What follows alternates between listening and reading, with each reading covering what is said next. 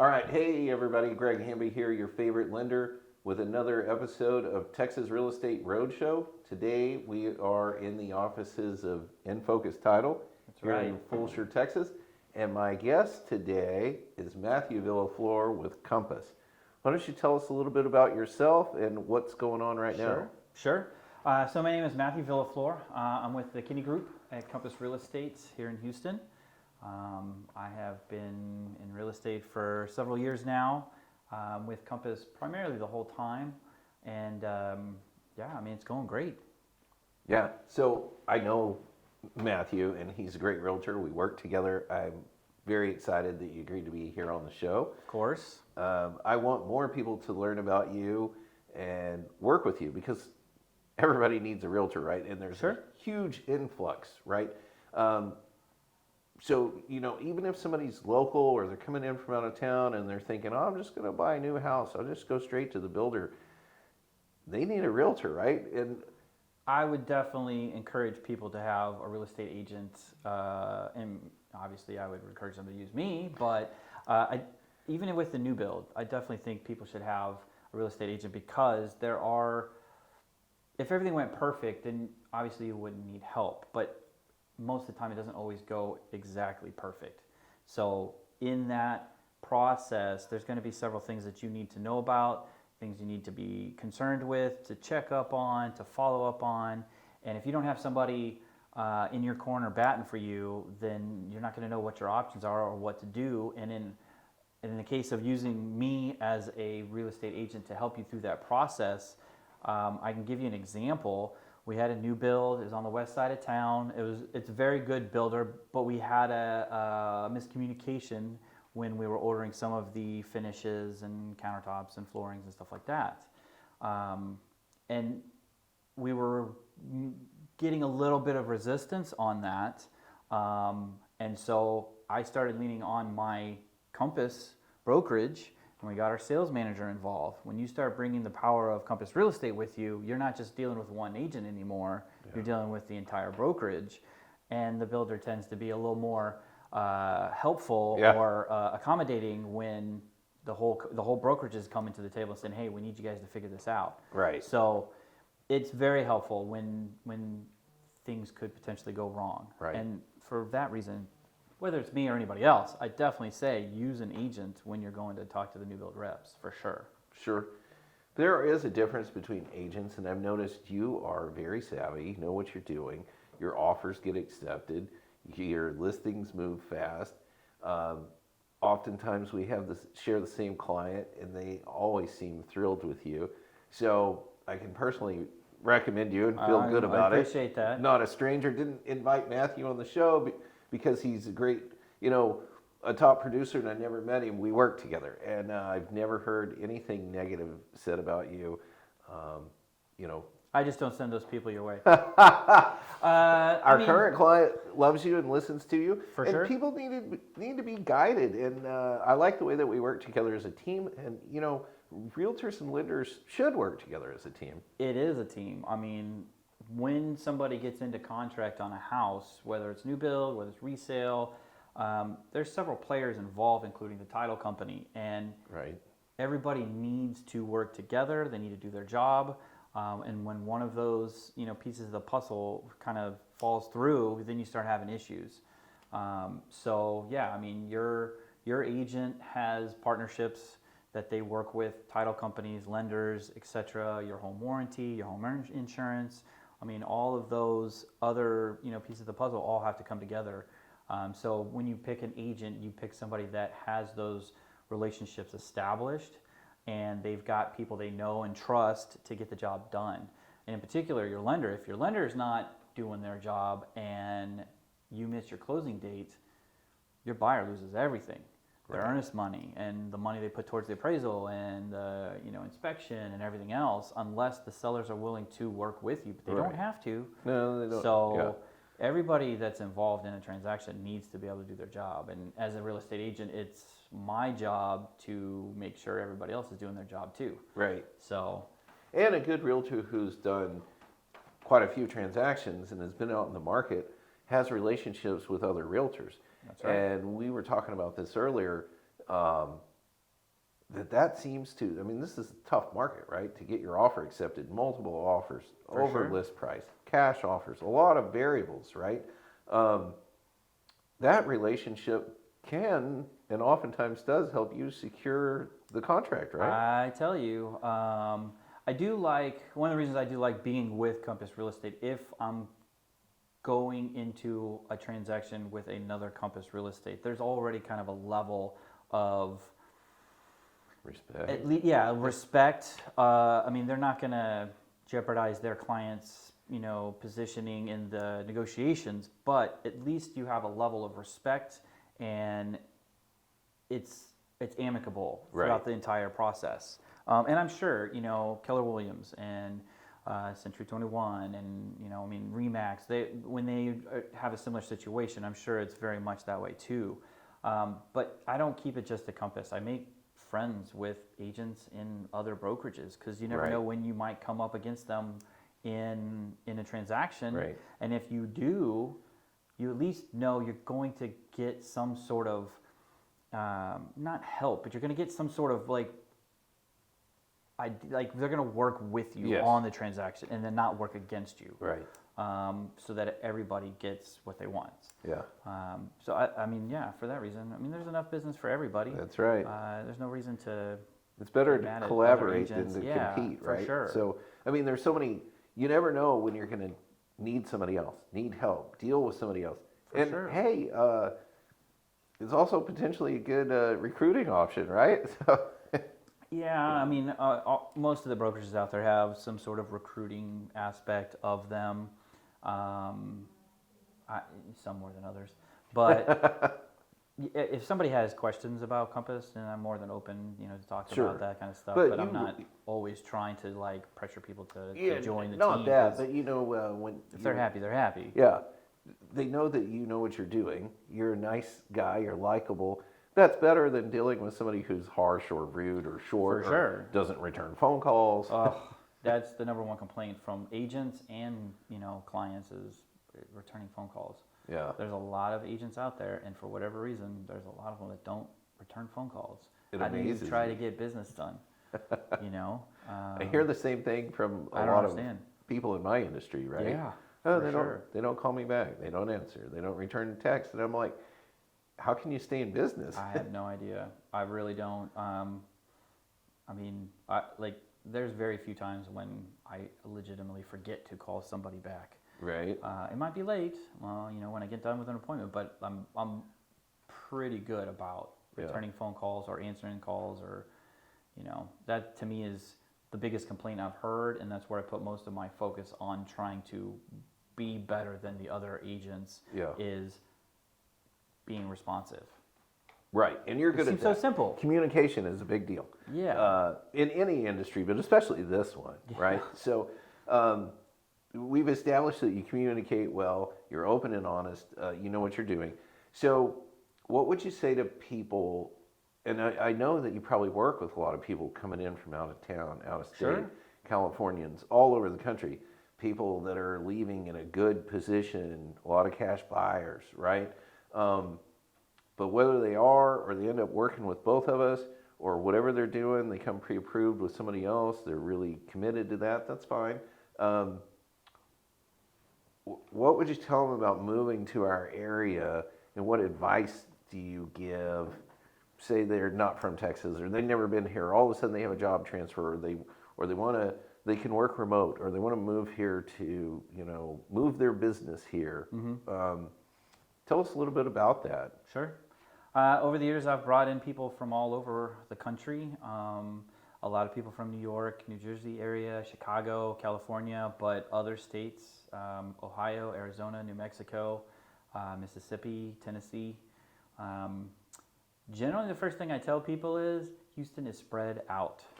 Like, Yeah. you look at New York, and like locationally things are close together. It still takes a while, but it's not like literally far. Here, things are very spread out, and sometimes I have to help adjust people's concept of travel time. Yeah. You go at the wrong time of day, and it could take you an hour and a half, 2 2 hours. hours just to Yeah. get across half of the side of the city. So that's one of the things that I do at least try and make them understand that if it's within 30 minutes, I consider that next door. Yes. It's right around the corner. Right. It's only 30 minutes away. What are you talking about? You know, sometimes it takes longer than that to get to the other side of Katy, right? So, Yeah, seriously. So, and then there's other aspects of it. I mean, each part of town has their own unique kind of features. I try to find out what they're interested in. If they're big on, music venues, well, obviously we've got the Woodlands up north. We've got the Smart Financial down southwest, and the stadiums that concerts happen at and stuff. If they're into art, museums, ball games, and whatever it is, I try to kind of familiarize themselves with points of interest around town so that they kind of have an idea, and then we narrow it down from there, like where they want to be, where they can afford, where their location is compared to their job, stuff like that. So, school's a big interest. I hear that a lot, but you deal with some higher end people where they may not necessarily be so concerned about the independent school district as what really nice private school nearby can I send my kids to? Yeah, I think in general in real estate, the school district should always be a factor. For some, it's a greater factor because they will literally have children who will be going to those schools or soon. For others that don't have kids or the kids have already grown, it's still a factor though because the school district can affect the property values. Right. And how quickly your home could sell when you're ready to move, right? How much they're going to pay for the house that they want. If this is going to be destined to be their forever home, so they're looking to find a place to retire, the school district may not have such an impact, but they at least need to know where those better rated school districts are because the homes are literally going to be priced higher in those areas. So it's still a factor, just how much of a factor it is to them. So that's something that I'm sure that you prep your clients for before they start falling in love with a house, right? For sure. Because I know our tax rate is giantly different than California's, right? For sure. What's the reaction when you tell somebody that maybe likes something in Cyprus, but the tax rate's 3.8? Is it shock? I mean, it is a lot of times, especially with places like California and New York. It is kind of a sticker shock to see the overall tax rate, the property tax rate, but they're still they happy get with quickly the reminded price of the house, right? That there's no state income tax. Yeah. And then of course, I mean, they're selling multi-million-dollar homes for a 1,300 square foot, coming here, spending 500 and getting a very nice house, out in the suburbs. 3,000 plus, right? Or I mean, I've got some that we're in contract now. We're supposed to close in a couple of weeks, and they found a really nice place in Montrose. I was able to negotiate just under about $100,000 off of the list price in today's market. Well, that's a great job. So shout out. Yeah, so like super excited about that one. They're going to be really happy about that. And they're coming in from the New York area. Yeah. So they still feel like they're getting a deal. I was like, well, let's see if we can get a little better deal. Just a little bit. A little bit better. So overall, it's still a big positive, right? I mean, I know that's the draw. A lot of people are moving here. Cost of living, the price of the home, our food, not just the prices, right? But there's a lot of good reasons to move to the Houston area. I love Houston. I'm born and raised in Houston. And I think there is a lot to offer. I really do. We've got one of the best medical field, facilities in industry in the entire world. In the whole world, yeah. I mean, there's a lot of other cities that don't have as many sports teams as we do. Football, basketball, baseball, soccer. Yeah. And there's, I think it's not quite as big as say Austin, but we have a pretty strong music scene and several venues for people to go. You know, now that we're back to having concerts again, so I mean, there is a lot to do. Right. You know, we're close to Galveston, right? We're close to the coast. You know, it's not too far. And if you want to go try out some different places in Houston, I mean, Austin is really not that far. San Antonio is not that far. hours. Very different from each other and from Houston. Dallas is north of us, just a couple of hours. I mean, there's a lot to do and see. You got Texas wine country. You know, Yes. I mean, there's Renaissance a lot to Festival. offer. Yeah. You know, I was thinking earlier. There's two big deals, right? The rodeo. That is huge. That is absolutely. I think Las Vegas is the only one that has a bigger rodeo than we do. I mean, in the whole country. Yeah. Rodeo is huge, and it's a really good time. It is. And Yeah, good I'm food. not super into country music or whatever, but I still have a blast. It's still fun. The food there, take your kids to the carnival and stuff. It's safe. It's a good environment. Yeah, it's a good time. And Renaissance Festival. I've never been. I want to go. I know. me? I can't believe I haven't been, but people Renaissance rave Festival's about fun. it, right? It is a lot of fun. It's so much fun. I know several people that like work the Renaissance Festival. I got a buddy of mine that made friends with the blacksmith. Yeah. And he just thought it was so cool that he started working there, volunteering, helping out. And now he on knows the how weekends. to do it? And yeah, so now he's got his, I don't know what you do, what they're called, but like where you melt the metal That's down pretty and cool. like hammer it down into stuff, and he's making his own metal work, like bracelets and things. And yeah, I mean, there's just so many neat things to get involved with and do at the Renaissance Fair. And each weekend, if you follow their website, they got different themed weekends and stuff that you can go to. Okay. Yeah, I think if you even like dress up, you get in for free or something. I mean, it's fun. It's Yeah. definitely fun. You need to check it out. I do. And, we've got, and I don't think most people think about this. I never think about this. But we have several lakes, right? Like Lake Conroe and Lake Houston. Sure, and yeah. Lake Livingston is not terribly far, right? Which is It's not too far. huge. Yeah. So there's plenty to do. Water activities, going to Galveston. I've never fished there. Well, I fished off the shore. But I understand the fishing is good, and I know the seafood is good at any of those places on the Strand or the seawall. Yeah, no, the food in general in Houston is amazing. Great little getaway, right? To go down to like the San Luis and spend the weekend or something. You got the Pleasure Pier and Pleasure Pier is a lot of fun too. I mean, there's a ton of stuff to do. I grew up on the north side, and a buddy of mine his parents had a ski boat, so we would spend a Saturday up there and go skiing and kneeboarding and wakeboarding and stuff growing up. And I mean, Lake Conroe is not that far away. Yeah. From the north side is like an hour away. You jump up there and go hit the lake for a while.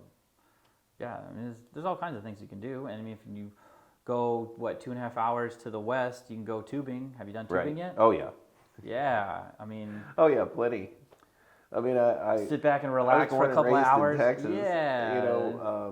I graduated from college at University of North Texas, and we used to drive down, meet friends, and I've been tubing for quite a while. Heck yeah. And it's been quite a while since I've done it, but yeah, it's a lot of fun. It's funny when like family and stuff that live. I've got family that live in Chicago and California, and I describe tubing for them. They're like, you just sit there. I'm like, yeah, just sit there. Just sit there. Sip on your beer. Relax, sit there, have beer. Nice cool water. Flip over so you don't burn too bad. Yeah. And it's just a fun, relaxing time. Sometimes you don't bring your phone normally, so it's like you just unplug for several hours and just relax. Yeah, it's great. The Riverwalk, San Antonio, right? Yeah. I mean, going to see the Alamo. These are big deals. I mean, Alamo is known, internationally? Possibly, I mean, yeah. Yeah. Possibly. So, I mean, that's what I'm saying. That's why I like Houston. There's a lot to offer, and it's close enough to all of these other things. And if you get tired of Texas, go the other way. A couple of hours, you're at Coshada and L'Auberge du Lac and Golden Nugget, and you go spend the weekend there. A little further of a drive, but New Orleans is not a terrible drive, and it's a great place, right? Yeah. So. I think it's 6 hours from Houston, maybe 5. We went there a couple of years back for my 40th birthday, and a buddy of mine that was going there, he found there's a train that'll take you from Houston to New Orleans. I had no idea. And the time was not much longer. it took him like an extra hour to It's hour and a kinda half. nice to move around the train and not be driving, But he right? spent that whole 6 hours, like taking a nap and working and sitting because you're not stuck behind a wheel. Yeah. He was just living the life for the whole trip to get there. I was like, that's what we need to do next Yes. time. Is the book a train ride. I'm gonna over look there. into that. Yeah, super cool. So, yeah, I mean, pretty close. Yeah. know? So your son is what, 5? Yeah, he's about 5.5 now. He So there's starts kindergarten next year, so An abundance of things to do for kids, right? I mean, tons of stuff. We're on the west side right now, and a couple years back they opened up, was it Typhoon, Texas? right? Yeah. So fun place to go for kids. Andretti's, have you guys been there? I have been in Andretti's. I wanted to see what it was, and I saw that they have a 3-story electric go-kart track. I was like, Yes. that's super cool. I haven't done that yet, but yeah, I mean, He's a little young. he's young for My that. son's 14. We've done it like 4 Oh, or 5 times. yeah, He yeah, has a that's- blast, right? Yeah, that's awesome. So yeah, for like a 5-year-old, there's like basically like trampoline parks. Yeah. Which, where Altitude. were all these places when we were growing up? And I mean, you can do a membership there for like $10, $12 Now a that I month. didn't know. That's Yeah. cool. So we did Altitude for a while, for several months, and it's just a huge, like the size of a Walmart, just trampolines all over the place, ball pits and all kinds of stuff. There's a trampoline dodgeball, 2 of them over Yeah. there, and just go in and play around. And then we found another one called Urban Air, which has the trampoline aspect, but then there's like an obstacle course, and there's like video games, and there's like there's like a little mini American Ninja Warrior toddler edition, Oh, that's with a cool. ball pit underneath so that they don't get hurt. And I mean, that stuff is like I wish I was still like kid? a kid so I can go and do all that. You could do it. You're like, Getting "Yeah." kind of old. Getting kind of old. Knees are creaking, But yeah, I mean, there's a ton of stuff to do for kids around here, and there's parks everywhere. I mean, all these master plan communities have pocket parks all throughout them that Yeah. are, I mean, just walk up and go play on the swing set. So Sure. every couple of months, we're like, well, let's go try a new park. Let's go over to that neighborhood and see what they got. Yeah. Not to switch gears too much, but one thing I really like and respect about you, a lot of realtors, even good realtors, right, would say, now's the time to buy, no matter what, right? Because interest rates are going up, prices are going up. You need to buy right now. And there's a lot of truth to that. But Sure. I know that you take a good hard look at everybody's individual situation and coach them on what's best for them. And I Yeah. really admire that because that doesn't always make you money. I mean, I think in the long run, it'll make you more money. Yeah. But right now, that doesn't necessarily make Matthew any money. And I mean, I follow a lot of real estate coaches and other agents and, the people that are successful, and I kind of pick and choose what makes sense to me. And one of the things that stuck the most was if you take care of people now, they will take care of you later, right? Like whether it's helping them buy a house today or helping them sell a house today, as long as you're taking care of them to what they need, then you're going to make a client and a friend for life. Yeah. So I'm not too worried about it. Right. I mean, just take care of people the best you can, and the money part of it will come inevitably. It's just trying to figure out what do people need, what's best for their situation. And I mean, there's plenty of people that I've had the conversation said right now is not the best time for you to buy. Yeah. You can, and we can, if that's your choice, we'll do everything we can to get you into the house. But like if you waited an extra year and saved and paid off and did this and did that, like your purchasing power would be significantly greater a year from now, and you'll get the house that you really want or in a place or location that you really want instead of just settling today. And I work with people that are on a 2, 3, 4 year plan. Yeah. Because that's what they needed, and they've got a plan in place, and we stay in touch. And So that being said, what would you recommend for somebody who owns a home but is really wanting to hurry up and become, say, a first-time investor, like buy their first investment property, whether it's a rental property or Sure. an Airbnb? So in that case, let's say they have the money. Obviously, they already own a home, so that's that's kind of the most important thing, right? If somebody doesn't own a home, and I see how you're guiding them. Are you? Well, I'll just It's let a you answer. different approach, right? Right. So if somebody Yeah. wants to get into the real estate investment game, there's a lot of things to consider, and depending on if they want to buy and hold or they want to fix and flip, because there's a much different approach to one or the other. And I do try to have a very thorough conversation of some of the pitfalls and things to look out for, because no longer are you looking for a house that you like and want and feel yourself being there. You're looking at it from a business perspective. Yeah. There's no longer an emotional decision. Yeah, Right? I mean, obviously you gotta kind of still feel the house, but like, it's not for you. You're specifically buying this for somebody else. Whether you're going to keep it and rent it out, or you're going to flip it and try and make a quick profit in a short amount of time, it's about the numbers. You got to make sure your numbers work, and you got to have contractors in place that you know and trust, and being able to hit the numbers that you're looking for. Because if you're not careful, you can get in over your head real quick. So you work with a lot of contractors, right? If somebody's doing a sure. fix and flip, they can kind of lean on you. They don't have For to sure. investigate and become the expert, right? Correct. Yeah, you don't have to just go out and Google, a carpenter or electrician or whatever. I mean, just assume at this point, I know a guy or I know a girl. Whatever you need, real estate related or not, just call me first. And if I don't personally have one, my network, I definitely know someone that does.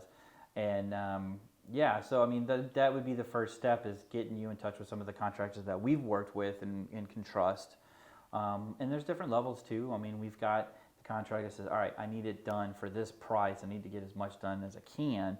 And then we've got other contractors like, all right, it's not so much about price, it's about quality. We want it done really nice, the higher end stuff. You're not trying to cut every corner you possible. You want it done right and well. We've got contractors for all of that, and it's not just electrician and carpenter and plumber and all your basic contractor fields like that. We've got contacts for everything. Yeah, that's good. Oh, yeah, a good realtor will, right? Yeah. I mean, probably cleaning crew, you name it, right? Plumber, roofer. For sure. More of the things Power that you washing, may not pressure washing. think about. Yeah, we've got people that do pressure washing and stuff, but like a roofer, contractors, in case you need to do repairs to your roof, or if you need a new one. I've got a contact for water filtration system. We've got very hard water in Houston. Yeah, I've met her. And she's great. Yeah. I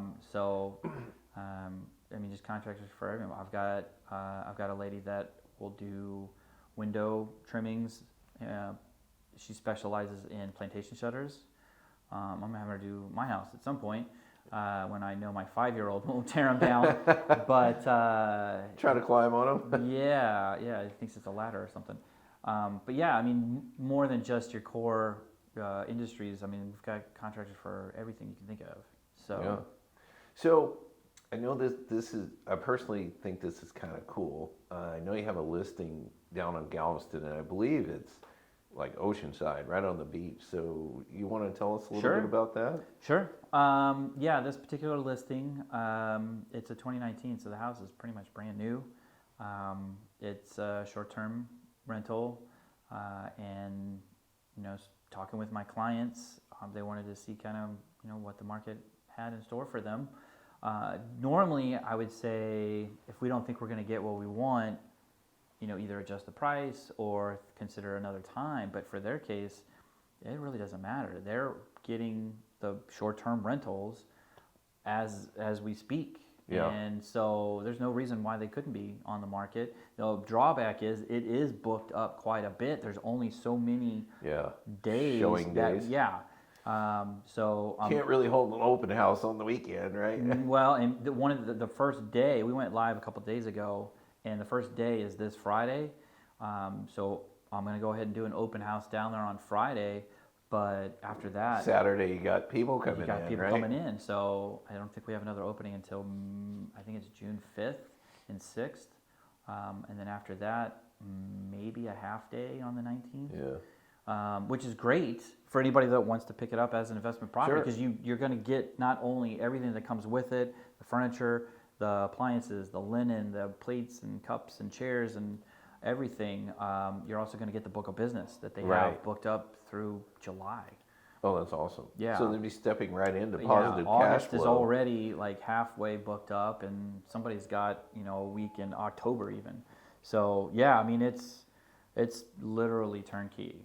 And those are not hard to book, was my understanding. That, I mean, you can Yeah. be booked solid for 6 months pretty easily, right? Yeah, yeah. I know a guy who's got one. I think he's got two now.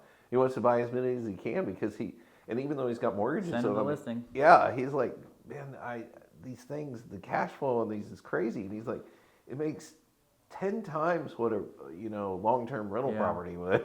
Yeah, for sure. I think for the short-term B&Bs, especially the beach houses, normally for your rental properties in town, you're looking for the long-term gains and just have someone pay that mortgage until then. But these short-term B&Bs on the beach, they're making money now. Yeah. And the particular listing that I have is actually on the beach. It's not like 4 rows deep. You come down the stairs and you walk straight onto the sand. It's awesome. Yeah, that's beautiful. Yeah, your porch So- overlooks nothing but sand and water. At the end, we'll have you give your contact information, Sure. or the best way to people can reach you, and you'll get access to this. You can put it out there and maybe put some more information. But you want to tell anybody anything about that might be interested watching? By the time this gets out there, it may be gone, right? Who knows? Yeah. I mean, we can talk about. You would just rather have them call you to get some details. Sure. I mean, whenever I post the video, I can put some details in Okay. that or the listing, Yeah. URL. But I mean, hopefully by I know then you've it'll got a lot already be going on. gone. Yeah. Hopefully by then it'll already be gone. I talked to one interested agent that had a client, and he's like, I don't know if we're going to be able to make it by Friday. I think we're going to have to send the offer sight unseen. I was like, okay. Yeah. Sure. I Here's was- my title info. I was honestly going to try to get you with a friend of mine that's got a team with EXP, because he owns some and he's wanting them, but I'm like, by the time he gets in contact with you, it may be gone. And Who knows? there is no It might sit there. I don't real know, but deal. I'll still work on connecting you. Yeah. I wouldn't say there's any real deal, but if he sees cash flow and he's willing to pay a little extra, but this sounds like it could very easily get into a bidding war. I don't know. We'll see. Be great for you and your clients. Oh yeah, But, they would definitely be happy about that. I mean, in the end, if they don't get the number that they're looking for, it's no skin off their back. Yeah, I mean, they could just 'cause hold it if they they- want to, right? Yeah. I mean, they've got the cleaning service, so it's always in perfect condition, showing condition on the days that people can go see it. I mean, it's literally ready to go, and it's not inconveniencing anybody because it's not a primary residence. So Yeah. it was a no-brainer for us to list and go for top dollar. Yeah. So I've seen you work with all types of clients, all price levels, all over the city. But do you have something that's kind of like your favorite, or maybe your favorite thing about your job, or that you're most passionate about? Cash in there? buyers, man. Cash Love cash buyers. Yeah, I have. I've done deals as far north as Conroe, now as far south as Bolivar Peninsula, Katy out here where we are, as far east as Pasadena, League City, and everywhere in between, Midtown, Montrose, Heights. Spring Valley. I mean, honestly, I don't mind. I don't have a particular favorite area per se, because I know there are agents out there that are very niche and they only stick to their Sure. half Certain mile radius, and that's subdivisions, great. right? Whatever your people are comfortable with. I like being able to, a client says, hey, I want to go take a look at this. Last year I had a client that had already done like 2 deals with. he was like, I want to go look at a barn dominium. I was like, well, man, where Where's do you that want to gonna go be? look? And it was in Damon, Texas. I had to look it up on a map. It's about 20, 30 minutes south of Sugar Land. Okay. It's not too far from where, busy areas are. But yeah, we found just over 4 acres of land and a Nice. really nice barn dominium where he puts all of his big boy toys and super cool. So the 4 acres in a spot like that's probably fairly affordable, I'm guessing. It's not bad. Yeah. It's not bad.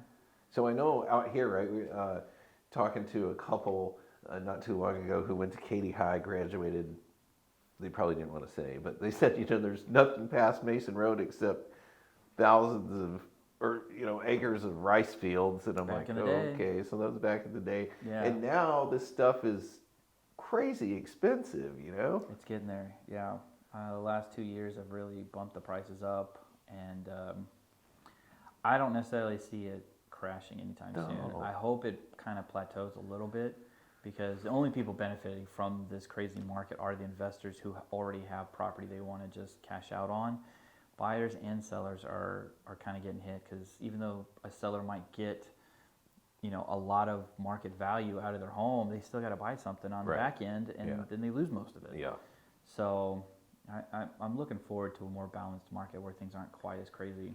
I think we're headed there. I mean, none I of do us too. have a crystal ball, right? But inventory's picking up, right? I think the value, it's still rising, but it seems to be slowing down a little bit. The Interest rates, trajectory it yeah, was rising at yeah. before is Yeah. slightly less. interest rates are rising. So, that's good and bad, right? It'll cool the market a little bit. What we had was unrealistic. Those are 2 and It's 3%. They're not going to last. Yeah, it was crazy. It's It was not like the Wild West last Yeah, year. not even the sign of a healthy economy, right? Because if you have to make interest rates that low, it's because there's a problem, Yeah. right? So, and you don't get a lot of, on my end, right, as a lender, you don't get very many niche loan products, because the big money is like, why would we offer that? Yeah. We're not making any money, Yeah. So when the interest rates rise some, a lot of things change in the lending world, right? But some of the good things that come about it is you start getting some more creative financing coming More back into the programs market. that help buyers and stuff. Yeah. Yeah. So. Yeah, I'm looking forward to that. I hope it does. And these rates are not unrealistic. I mean, we're in the high 4s to mid 5s, depending on the loan program, right? I don't know. What is it today? Yeah, well, yesterday I was still able to price out a FHA on a 30-year fixed at 4.625. That's not bad. I know.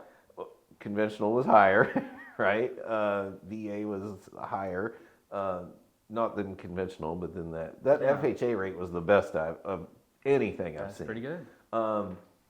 But so traditionally, if you look at the 30-year average, and I posted this recently, 7.79 is the 30-year average. So when people start freaking out at 5%, I'm like, well, we're not even back to normal yet. No.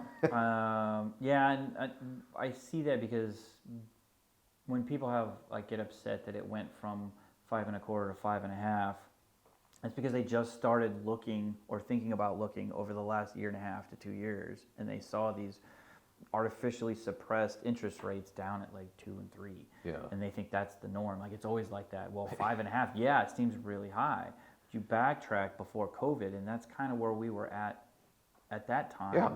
And before that, Even that was, at the time I was thinking, this is really good. yeah, people were getting excited to see interest rates that were in the 5s or even below 5. They were really excited. So, yeah, I mean, in the end, it's a perspective. It is. What kind of lens you're looking at the market through. It's funny, and I talked to older agents, right, and brokers, and they're like, are you kidding me? When I got in, we had 8 and 9% interest rates. They were like, this is amazing. Yeah. It's amazing that you can still get a 5.5 interest rate. Yeah, it's incredible. Yeah, my team leader, Steve Kinney, has been doing this for almost 2 decades, and he's seen a lot of those ebb and flows through the housing market and the interest rates and everything else. And when you have a perspective over that amount of time, you do realize and understand that 5.5 is still not that bad. Yeah. The prices of the homes, though, Yes. That's tough, and It that's is. gone up. When they're both climbing, it makes Yeah. it tougher. So I think when it starts to balance out, you won't see so much overbidding on properties. Yeah. I mean, last year houses were going for like 10% over asking price, which was already aggressively priced. Yeah. My buyers were getting beat up. Yeah. You know. But I'm hearing some other stories now. Obviously, I talked to a lot of realtors about, whether it's a new build or an existing home, of some really surprising stories, right? Like, we made a strong offer and we had competing offers, but we got this house for, well, a lot of times it's off market, but, and they run a CMA, but, Sure. but we got it for 15,000 less than, asking, or what the CMA came in, or There are 20,000 under, and I'm like, how's that happening? Because just a few months ago, you would never hear that story, right? Sure. I mean, there are still deals to be had, and that's where picking the right real estate agent to work with will help. I mean, you gotta kind of read the landscape of the situation and find out kind of where the sellers are at and how long they've been on the market, and have they been into contract before, and how many times, and why did they bust out, and kind of getting an idea and feel for like what's really going on, how to formulate your offer. And in some cases, you can still get a deal. Yeah.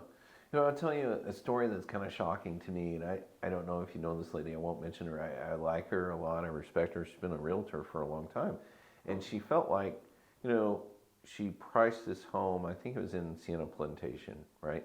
She priced this home, she ran the CMAs, and I think she said this was like January or February. She This priced, year? yes, priced it at $850, right? Mhm. $850,000. And she felt like it was more towards the high end, but that's what the sellers were really pushing for, right? So she said, we got quite a bit of traffic, and all the feedback was, it's a little high. No offers. No offers. So they took it off the market for a couple of months. She tried to coach the sellers better, right? Mhm. Put it back on like a month ago, and I think she put it on at $799, right? Just under $800. Nice little drop. I think she said they had 13, I don't know if it was showings or in an open house or a combination. A lot of interest. A lot of people really liked it. She said everyone told them this time around it's well priced. It's a good price. Got a couple of offers, went with an offer, and then the guy busted out because he got nervous and interest rates were climbing before he got locked in. And so I'm hearing the story, and I'm like, maybe it's that different price range. It's not the $400, $500, $300, $400, $500, possibly $1,000 price range, but it doesn't fit the narrative that there's no homes and they go the first day on the market. Yeah, it is interesting. There are certain like communities that for some reason have really higher days on market compared to what we see. I mean, if the house is in good condition, in a good location, and priced right, it'll be gone in days. But I've seen a couple like communities that for some reason the average days on market is a month and a half, 2 months, which is still very short. Yeah. But it's Not in our interesting. recent market, but yeah, overall. Yeah, for real. It's just trying to know the market that you're dealing with and know what you're up against. And I mean, I don't know the specifics behind that situation, but Yeah. I mean, I don't either, but it just seemed a little trying to get more surprising. feedback. Yeah. On my listings for sale or for lease, every showing that goes through, I call the showing agent personally to get feedback to see what did their clients think about it, because that feedback will help formulate the plan or adjust it if needed going forward. And I think that's the kind of stuff that you need to do to really position yourself as a seller to get it done at a price you want. Yeah. So. Okay. So you grew up here. You're a native Houstonian. Mhm. What about your wife? I met her as Laura. Sure. Yeah. Nice lady. I just kind of a little curious and giving a little personal information if it's not Sure. too intrusive. Laura and I both grew up on the north side of town. We both went to high school together. Did y'all know each other then? We did. Did you guys date then? No. Okay. We had, I think it was calculus class together or something like that. And she ended up going to UT and I went to Baylor, and like most of the people in your graduating class kind of go your separate ways and stuff. And then, and this is how old we are. And then MySpace came around and social media, and you start reconnecting with some of these people. And we were able to reconnect, and she was back in Houston, and so was I. So, we're friends again. And then as things moved along the timeline, then we started dating. But it's funny, she graduated a year ahead of me, and yeah, we have a lot of the same similar childhoods growing up. And on the north side, we had Splash Town and Spring High, and That's very cool. yeah, we've known each other for a while. We got obviously a lot of mutual friends in common. See, So, I learned something new about Yeah. you today too, Matthew. Yeah. That's great. so yeah, I mean, we're from the same high school, same hometown. Nice. So you met my wife, Mhm. and I'll tell this story because it's kind of funny. Because my wife's from the Philippines, right? And there has traditionally been, shopping on the internet or mail order bride, right? So, especially in Right. years gone by. So, and we've been married coming up on 17 years, but she used to love to tell people, meet people, and how did y'all meet? What? And we would both say, we met on the internet. And that's the first thought, They right? think so. Yeah, for sure. And so everybody starts laughing, and people are like, well, I got to know I feel like it's an urban myth, to be more honest. about. I do too. Got it. Yeah. So, and then my wife will laugh, and she'll say, it's not what you think. Greg used to have a mortgage company in Dallas. He, used to buy internet leads. So we met online, right? I applied online. He refinanced my house. And then he kept calling me. Hey, don't worry, I'm not a stalker. But I kept calling her. I got along with her really well. I know, that I was in Dallas. She was in San Antonio. So I did not go to that closing. I go to Right. a lot of my Right. closings, but not when they're out of town like that. And but I saw all her documentation come through, and I saw her driver's license, and I was like, wow, she's really pretty. And I think MySpace was around then. No Facebook or anything, Right. and I didn't have one, right? So there was none of that. There was no other way for me to see her, but we got along really well. Kept talking to her, went down to visit, started dating, and a few months later, I moved there. So Wow, yeah. It is interesting when you get in this business and you start to get to know people as clients, and now a lot of my clients I consider close friends. Yeah, you ended up being married. right. That is definitely first level service right there. Yeah, it's So- kind of hard to top that. Sorry Yeah. for all the people I work with. I'm not interested in getting married anymore, but I'm already there. Happily. Such a good lender, you're going to want to marry him. Let's hope so, right? Too funny. Austin, we doing okay over there, buddy? About 10 more minutes. Okay. Anything particular you want to cover? Sure. Here's a game I like to play. What's the craziest thing that you've come across in in your business? Well, probably the most recent thing that I thought was kind of interesting, right? I had a realtor send me a lead that was a good lead, right? Zillow lead, no offense, but yeah. So something got lost in translation. Either she wasn't honest with the realtor, or the realtor Misunderstood. or something, right? So she says, hey, I got this great lady. She's in the San Francisco Bay Area. She's moving to Tomball, wants to buy a house. Thinks she could buy a house for $380, but it probably needs to be more like $450. I think her credit's good. I'm going to send you her contact, and this should be a slam dunk. Right. So I'm all excited. Yeah. So I call this lady, and the first thing she says is, you speak Vietnamese? And I'm like, no. Well, I told so-and-so that I need a loan officer that speaks Vietnamese. And I'm like, that's not me. Yeah. But do you need, I said, your English is fine. No, it's okay. So I can talk to you. She said, I need a loan where you don't verify my income or employment. And I'm like, well, What kind we of haven't loan had is those that? since like Yeah. 2007, 2008. And you see the result, right? So Yeah. there's a reason we don't have those loans anymore. I said, okay, well, I don't have that, but is there a reason why you would want that? Mm-hmm. Well, yeah, I recently got laid off. And I thought, okay, but you're moving to Tomball, because that's what I was told, right? I said, so when you get to Tomball, you're going to have a job. Maybe you can just come early and start, and if it's in the same line of work, we can try to make it work. She said, oh, I'm not moving to Tomball. I have found a house that I want to buy as an investment property. And I'm like, without a job or any a lot income? lost in translation there. She said, I will make the payment. I don't need a job. And I'm like, okay, well, yeah, you need a job. Unless you're sitting on a whole bunch of cash in your savings. I just, so unrealistic expectation. I just can't think. That is not the craziest thing I've seen, but it's a recent kind of shocker. Another one was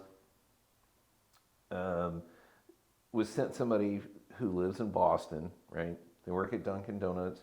Nothing wrong with that, right? But cashier wanting to buy like a $300,000 house, right?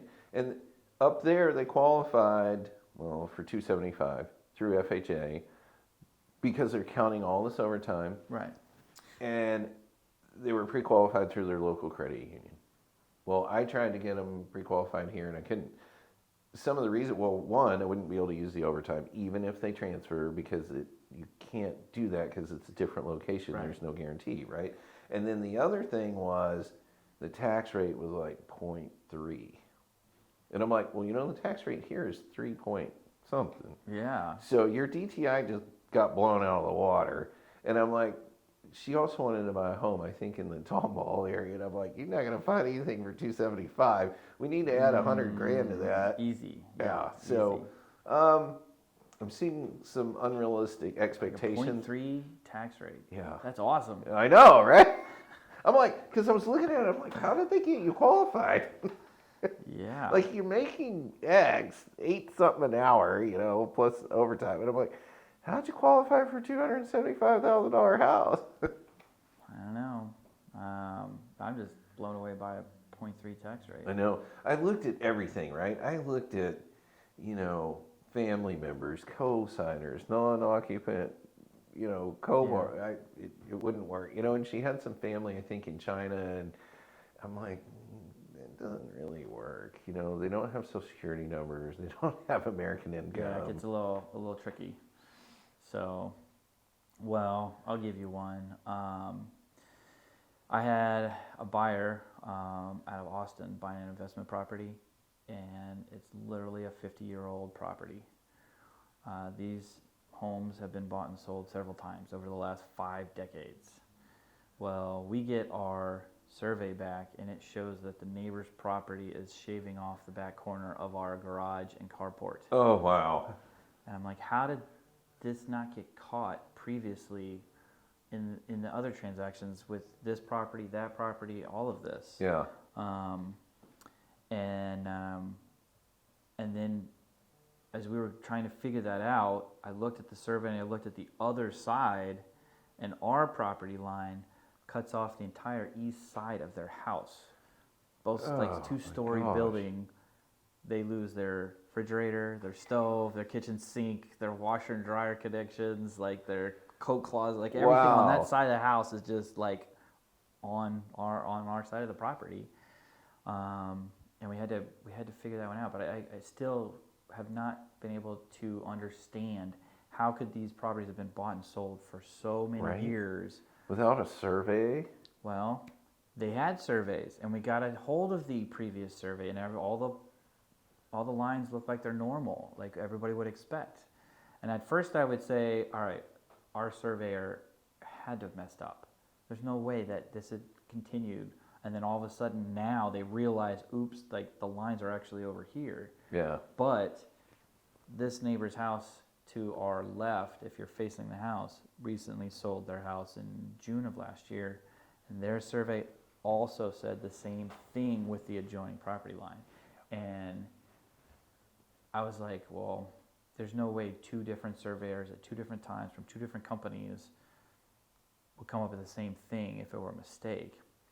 So now we got to pay to have them redrawn and all this other stuff. But blown away, like how could this have happened? That is a crazy Somebody has made a mistake at some point, either the definitely previous surveyors or our surveyor and their surveyor. I don't know, but takes the cake. you got to figure it out. You got to, yeah. I was just blown away though. Yeah. 50-year-old property. That's wild. Right. Yeah. All that time. So we're running out of time. Do you have a quick story about maybe one of your favorite feel-good experiences, like when you've helped a family get in a home or sell a home? Sure. I mean, I got one that I found out just yesterday. It's a lease client that I had reached out almost 2 years ago, and she hit me up about a month and a half ago and was like, hey, my lease is ending. I want to find a different place. Can you help me? I was like, absolutely, of course. We started running into a situation. She wanted to buy, but we had some things to get cleaned up on her credit. That took some time, and then income was not going to be high enough for the size of home that she required. So we switched gears to going back to leasing, but we couldn't get an application approved. Either the day of the appointment it was already leased, or they selected another one, and she had to move into a extended stay hotel. She's been there for the last 2 weeks, and we've been desperately looking for places to find her to lease. And she called me yesterday, and she said it was through a rental management company, so there's a portal for her to apply in. And she called me yesterday, and she said that the one she applied for yesterday, she got approved. She moves in on, I think, Saturday. Yay. And just so thankful and happy for her, because I mean, she's like literally homeless. Yeah, I was going to say, when you go to an extended stay, you're basically homeless. Scary. Yeah. And so, I was just really, really happy to help her find it and work through it, and because it can be kind of complicated. And I got her in touch with my credit repair specialist. We've got a guy. Linda? Yeah, I've got a girl. Oh, she's great. She's awesome. And she was working with my client to get things cleaned up and fixed up, and it's definitely on the roadmap to buy a house. She just needed to buy herself some more time to get things in, get baby steps, get her ducks in a row. Yeah. But this is one of those steps, and That's so great. very excited and happy that we can check that off the list, so she can worry about the next thing and keep pushing forward. But thanks for sending Vivian my way. I plan on having her on the show because I think it could be very beneficial to a lot of people. Yeah. Oh yeah, absolutely. Yeah, I think it'd be good. So, well, thank you for having me. You're welcome. Fun. You want to give out your contact information? Sure. You can reach me at 713-456-9200. That's my personal mobile number. You can always email me, Matthew at the Kinney Group, TheKinnegroup.com. You can Google me. Find my social media. I mean, real estate agents, we're all public information or public contacts. Like, you're all over social media. Just Google me and you'll find something. One of my pages, one of my social media pages, my LinkedIn. Matthew Villaflor, Compass. That's right, Matthew Villaflor, Compass Real Estate. So, thanks again for having me. You're welcome. Thanks for being here. Try it again when we got more crazy stories to tell. And sounds good. Maybe we can do one of your listings next time. Have Austin do a tour. But for now, I'm going to wrap it up. Appreciate everybody tuning in to the Texas Real Estate Roadshow, and we'll see you next time.